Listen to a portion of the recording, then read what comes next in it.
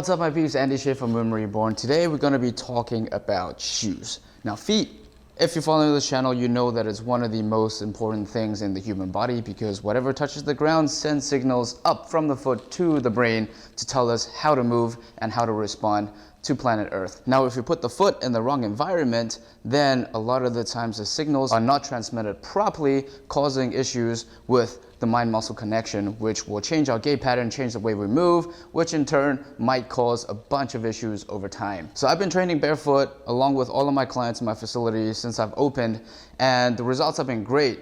But funny enough is that a lot of times we can build the strength in the foot so much while we're not wearing shoes and training on different surfaces and all of that type of stuff. But if you put it into a suboptimal housing afterwards, you basically lose all the benefits that you gain by training barefoot. Not all of it, but the carryover is not as good. What's a good analogy for that? It's almost like working out really hard to get your posture right, and then you sit for 9 hours a day like this. To counteract that, it becomes exponentially more difficult. So the foot is the same thing. We can train the foot all the time, but then you put it in submaximal housing, something like this, or dress shoes or heels or something that inhibits the way that we move. That's gonna change our gait pattern all over again, and it's gonna be very hard for us to break free from that. So in this post, I'm not gonna be teaching you how to walk, how to move, what the foot is supposed to do.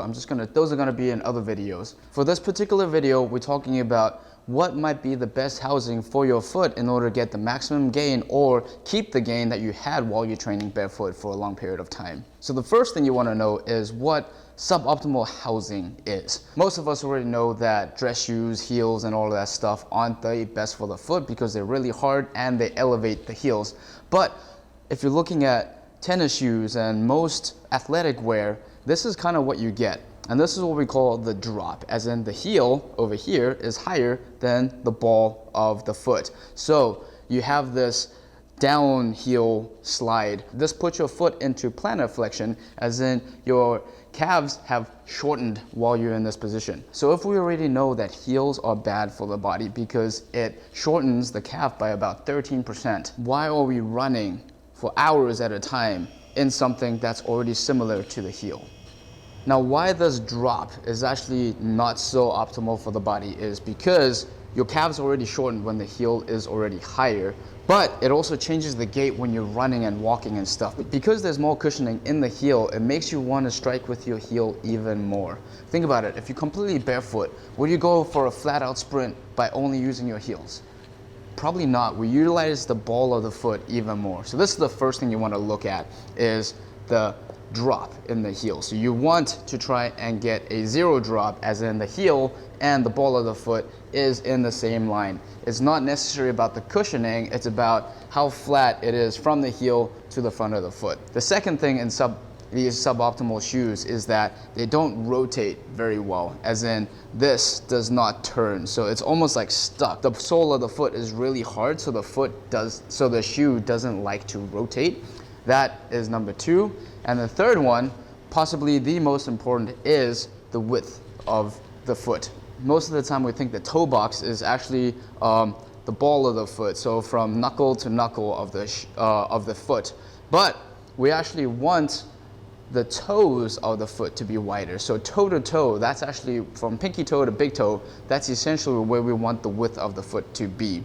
So you technically looking for shoes, a true wide toe box would be wider up front over here and not so necessarily only wide over here. This is typically why we get bunions, because they always make shoes wider over here, but then the toes are narrow. So it's already pointing all your toes into this triangle at the top, and of course, like if that's turning in, well, the knuckles will want to push out. The knuckle will want to push out that way, and that's typically why we get bunions and stuff. So the idea is to get a wider true toe box from pinky toe to big toe. So those are the three main things you want to look for in shoes: is drop, as in zero drop, flat from heel to ball of the foot. Second is the rotation, and then third is the toe box. So you want a true wide toe box. Now there's a lot of companies that make amazing shoes, but not every single brand is perfect,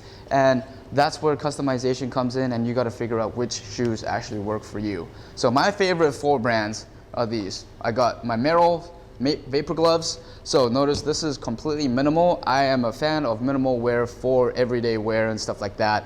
A lot of people like to run with it, which is totally fine if you've trained your feet to get stronger and the ligaments and tendons have built to the capacity that you can run. So zero drop shoes, this is minimal. All minimal shoes are essentially zero drop, as in heel and foot are in the same line. They can bend, they can rotate, and this is why they call minimal, because it's almost like you're barefoot in it. So I use this a lot. You can see all the crap on it over there. So these are one of my favorites. So notice it can bend, it can rotate, it's zero drop, and the toe box is actually pretty wide over there. Merrells are great. Vivo Barefoot, also amazing brand. So by the way, I'm not sponsored by any of these companies. It would be great if you do, by the way, but Vivos are amazing shoes as well. They're very pricey, but the bang for the buck is very, very incredible. And the idea is the same thing, similar to the Merrells. They have a lot of give, they rotate, they bend, and they have a wider toe box than normal shoes. Not always the widest in all of them, but they're wider than normal shoes for sure. Try them out and then see what happens. Ultras is another one. I actually met the founder of Ultra, Goldman. He's an incredible human being. At 12 years old, he finished a marathon, I think at 2:40, so he was like averaging 6-minute miles or something like that. Like, if you want to learn running, learn from someone who's done it. So that's why him and his dad created the Ultras, which are incredible shoes. You can get them at local stores like REI and everything like that.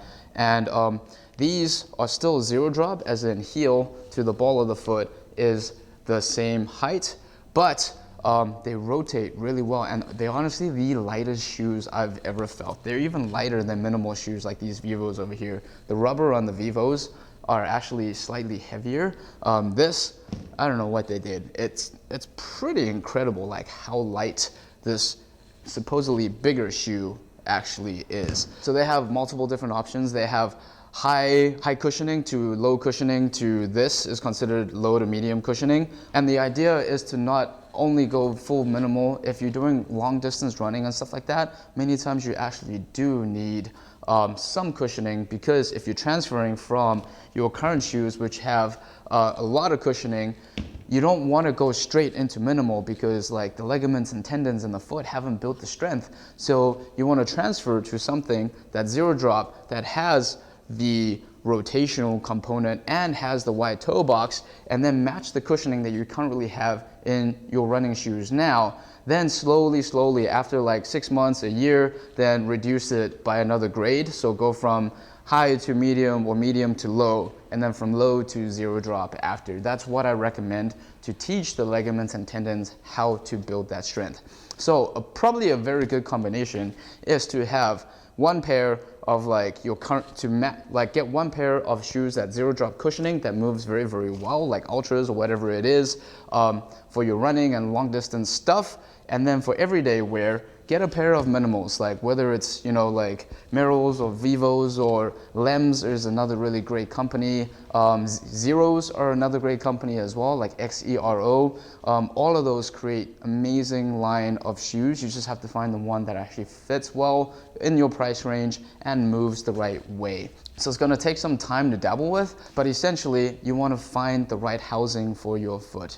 So in my personal opinion, train barefoot as often as you can, walk barefoot as often as you can, obviously like be safe with it, and then put it in minimal housing, and if you're doing long distance stuff, wear some cushioning just in order to help reduce the impact into the foot and teach the body how to start responding, then go minimal after that. Oh, one more thing.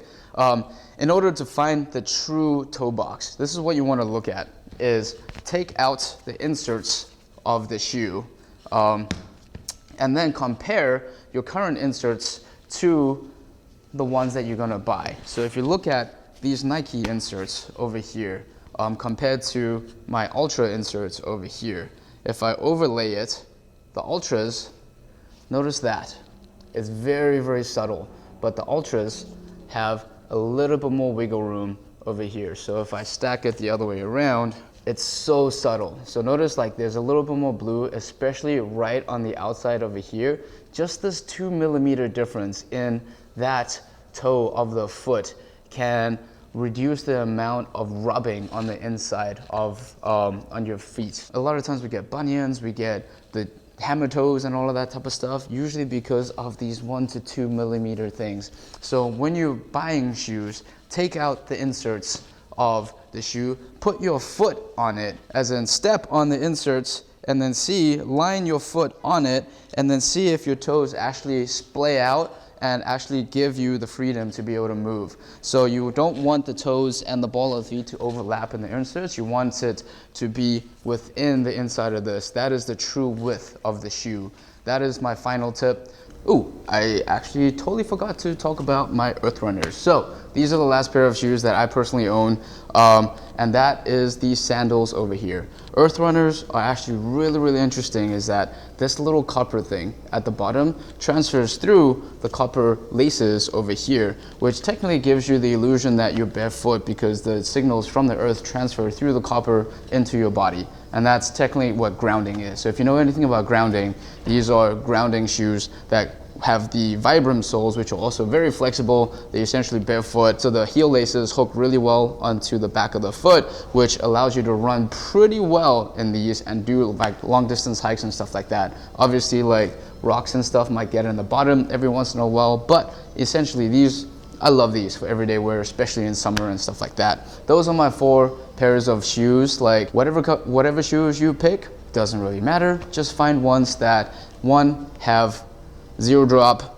2, rotate, 3, wide toe box. Those are the main things you want to look for. My name is Andy Shit from Women Reborn. Please follow the channel if you haven't already. Click the like button and hit that little bell button so all my new videos you'll be able to see. And watch out for my new ramp series playlist that I'm coming up with. It's going to teach you everything that I know about movement and stuff like that in a very sequential system. And that will be my next video. Peace.